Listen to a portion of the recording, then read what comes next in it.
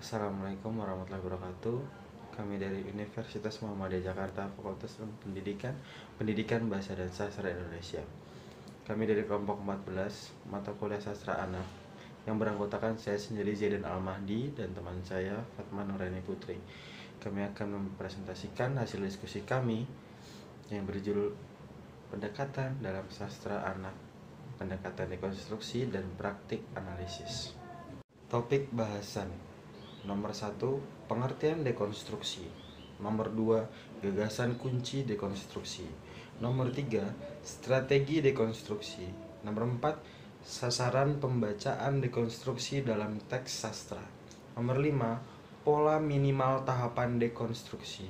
Nomor 6, hasil pembacaan dekonstruksi. Dan nomor 7, praktik analisis dekonstruksi. Definisi dekonstruksi. Dekonstruksi merupakan strategi untuk membuktikan bahwa sastra bukanlah bahasa yang sederhana. Menurut Norris tahun 2003 halaman 24. Dekonstruksi tidak bekerja seperti teori atau metode yang diterapkan dari luar teks, tetapi bekerja seperti parasit yang hidup dari material dan sumber ekonomi teks yang dibaca. Dekonstruksi seperti yang ditegaskan Derrida selalu dilakukan dari dalam teks. Teori dekonstruksi merupakan salah satu teori yang memberikan kesempatan untuk memperdayakan makna-makna tersirat yang tersembunyi karena adanya prioritas tertentu dalam teks tersebut. Gagasan kunci dekonstruksi. Nomor 1, difference. Difference merupakan istilah yang dikemukakan oleh Derrida yang dimaksudkan untuk menjelaskan ketidakstabilan bahasa. Nomor 2, tilas. Suatu tanda tidak pernah benar-benar memiliki arti pada dirinya sendiri kecuali dalam hubungan dengan tanda-tanda yang lain. Nomor 3, suplemen. Suplemen bertujuan untuk menjelaskan tentang tulisan, berlangsung dalam bahasa karena sejak awal suatu tanda tidak cukup untuk menjelaskan. Nomor 4, teks. Pernyataan Derrida mengenai there is no outside text yang memiliki arti tidak ada yang di luar teks adalah pertanda transcendental teks. Nomor 5, iterabilitas. Iterabilitas yaitu tentang bahasa dan pengulangan. Iterabilitas berarti pengulangan yang menghasilkan perbedaan atau perubahan. Nomor 6, diseminasi atau ketiadaan putusan. Ketiadaan putusan memiliki arti bahwa teks dan pembaca tidak terpisahkan dari ikatan diseminasi atau persebaran makna bahasa. Strategi dekonstruksi. Pertama, bahasa secara tidak terpisahkan ditandai oleh ketidakstabilan dan ketakberhinggaan makna. Kedua, instabilitas dan ketakberhinggaan membuat tidak ada metode analisis seperti filsafat atau kritisme bisa memiliki klaim istimewa untuk menguasai segala hal yang berhubungan dengan interpretasi tekstual. Ketiga, konsekuensi dari tidak adanya klaim istimewa yang bisa menguasai pembacaan makna, maka interpretasi tekstual kemudian adalah suatu aktivitas tanpa batas yang lebih dekat kepada permainan daripada analisis sebagaimana umumnya istilah interpretasi dipahami. Sasaran pembacaan dekonstruksi dalam teks sastra. Nomor 1, oposisi biner. Oposisi biner adalah dua istilah yang berkaitan atau berhubungan secara struktural yang memiliki arti berlainan. Nomor 2, wilayah terselubung. Wilayah terselubung adalah pola-pola hubungan baru yang berbeda dengan intensi pengarang dapat muncul melalui tanda-tanda teks.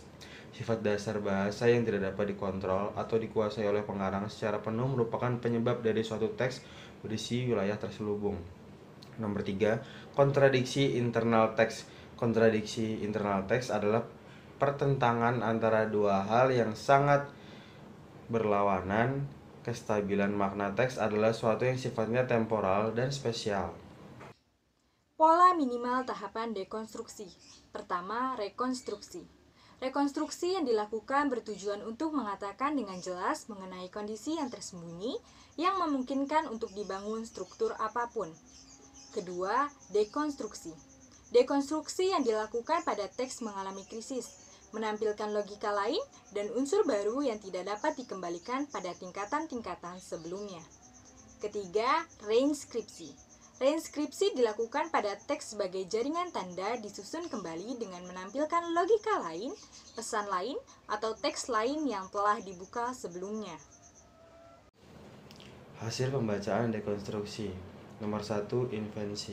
Invensi adalah penemuan kembali teks secara baru dan mengandaikan adanya suatu asal atau silsilah bukan dimulai dari kekosongan. Nomor 2, yang lain.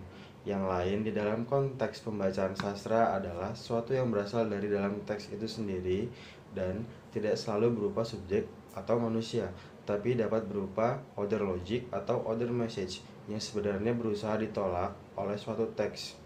Nomor 3, teks mendekonstruksi dirinya sendiri. Pertama, dua unsur yang diletakkan dalam relasi oposisi biner ternyata saling mengontaminasi. Kedua, munculnya yang lain dari wilayah terselubung berupa logika lain, pesan lain, atau makna lain yang membuat teks menjadi tidak stabil.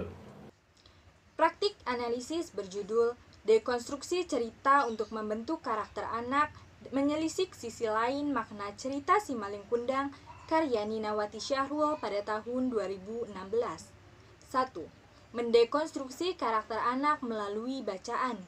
Dalam cerita Si Maling Kundang, sampai saat ini masih menjadi perbincangan karena sebuah pesan cerita dalam bentuk resepsi, nilai, dan sikap dapat ditransmisikan dari satu generasi ke generasi berikutnya. Pada dekade setelahnya, mulai banyak yang mempertanyakan kebenaran ceritanya. Maka perlu dilakukan dekonstruksi kembali karena masih terdapat pesan-pesan yang memiliki kesan superioritas. 2. Hubungan cerita rakyat dengan karakter bangsa. Dekonstruksi cerita rakyat Indonesia harus dilakukan dengan karakter pantang menyerah dan penuh semangat dalam meraih keberhasilan. Dekonstruksi yang dilakukan guna untuk membebaskan bangsa dari karakter pecundang menjadi pemenang, menjadi bangsa yang sepenuhnya merdeka lahir batin, bebas dari segala bentuk penjajahan. 3. Implementasi dekonstruksi dalam cerita Si Maling Kundang. Legenda Si Maling Kundang sebagai cerita rakyat juga tentu banyak mengalami berbagai perubahan atau dekonstruksi dari masa ke masa karena disampaikan melalui lisan. Pada tahun 1978, Hadi pernah menulis legenda ini dalam bentuk drama yang bertema kritik terhadap sistem sosio-budaya yang terjadi di dalam kehidupan masyarakat Minangkabau. Pada tahun 1990, A.A. Nafis menulis cerita pendek dengan tema pendurhakaan seorang ibu terhadap anak.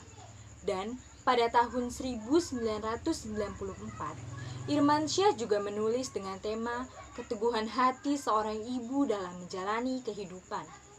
Pada tahun 2011, Citra Ningtyas dan kawan-kawan mendekonstruksikan bagian paling krusial dalam cerita, yakni bagian akhir cerita yang mengutuk Malin menjadi batu dan menghukumnya menjadi sebuah barang mati yang tidak dapat produktif kembali. Pada tahun 1975, Umar Yunus mendekonstruksikan cerita Maling Kundang mengisyaratkan ketidakkenalan sang anak pada orang tuanya lantaran anak lama merantau. Kisah Maling Kundang ini dimaknai sebagai nilai-nilai kehidupan yang harus dihayati dalam masyarakat Minangkabau. Cerita rakyat ini menceritakan Maling Kundang yang miskin, lalu merantau ke negeri seberang untuk memperbaiki nasib. Namun dalam diri anak Indonesia sudah tertanam benih bahwa si Maling Kundang adalah anak durhaka yang seakan-akan tidak lagi memiliki sisi baik. Sifat tokoh Maling Kundang dalam cerita rakyat perlu didekonstruksi. Sosok Maling Kundang yang gigih ini patut menjadi panutan bagi generasi muda. Namun pada akhir cerita, Maling Kundang dikutuk menjadi batu karena tidak mau mengakui ibunya. Cerita yang berakhir dengan kutukan ini yang menjadi pertanyaan orang banyak. Banyak tulisan dan pendapat orang yang tidak ada makna lain sebagai Maling Kundang kecuali Maling Kundang si anak durhaka. Dekonstruksi cerita yang membebaskan Maling Kundang dari kutukan ini juga lebih sejalan dengan pendekatan pendidikan dewasa ini yang cenderung memberikan kebebasan berpendapat kepada anak-anak dalam menyikapi persoalan. Aspirasi untuk membebaskan Malin dan kutukan juga menunjukkan bergesernya pandangan masyarakat Indonesia akan kuasa yang boleh dimiliki figur otoritas. Seorang atau suatu golongan yang berbeda pada posisi otoritas Dewasa ini tidak lagi dipandang sebagai posisi yang memiliki kuasa untuk menjatuhkan kutukan. Pergeseran makna juga dapat terjadi pada tafsiran karakter Malin Kundang sebagai anak durhaka yang sudah menempel dalam pikiran masyarakat. Kebenaran tunggal yang telah menjadi media pendidikan masa lalu dalam menanamkan nilai moral pada anak. Berikut 3 unsur yang dapat ditemukan di dalam diri tokoh legenda si Malin Kundang. 1. Optimisme yang tinggi. Kesadaran Malin bahwa ia tidak harus bergantung kepada orang tua dan harus mampu melakukan sesuatu yang dapat dijadikan penopang hidupnya sendiri. Malin menjadi anak muda yang sukses dan menjadi saudagar kaya yang dikenal banyak orang berkat sikap optimisme yang tinggi, usaha, dan kerja keras. 2. Keberanian untuk mengubah nasib. Malin adalah seorang pria yang ingin selalu berkembang dan berpikiran maju. Ia tidak ingin lama larut dalam kemiskinan dan kesedihan. Tanah rantau baginya bisa menjadi tempat untuk membuktikan diri kepada masyarakat yang sering menghina ibu dan kehidupannya. 3. Sikap tidak gampang menyerah. Setelah bertahun-tahun hidup di rantauan, Malin menjadi seorang saudagar kaya raya terkenal yang memiliki sejumlah usaha, kapal, anak buah, serta seorang istri yang cantik jelita.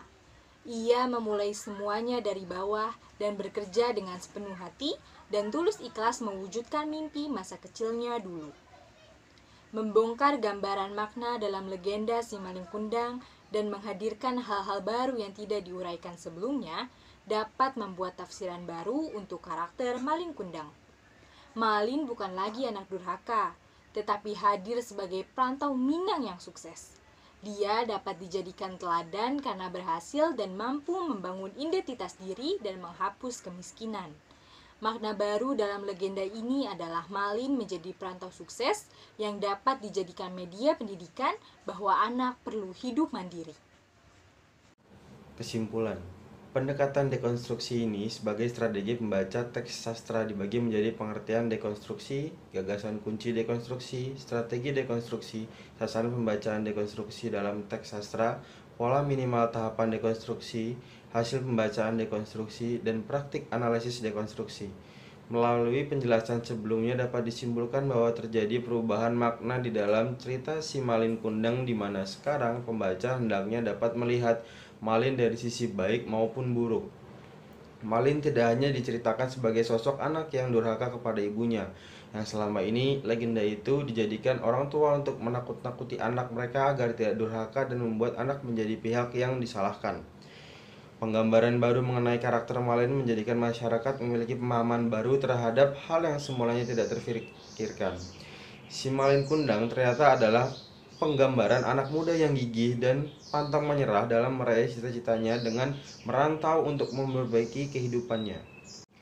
Kurang lebihnya mohon maaf. Sekian presentasi dari kelompok kami. Wassalamualaikum warahmatullahi wabarakatuh.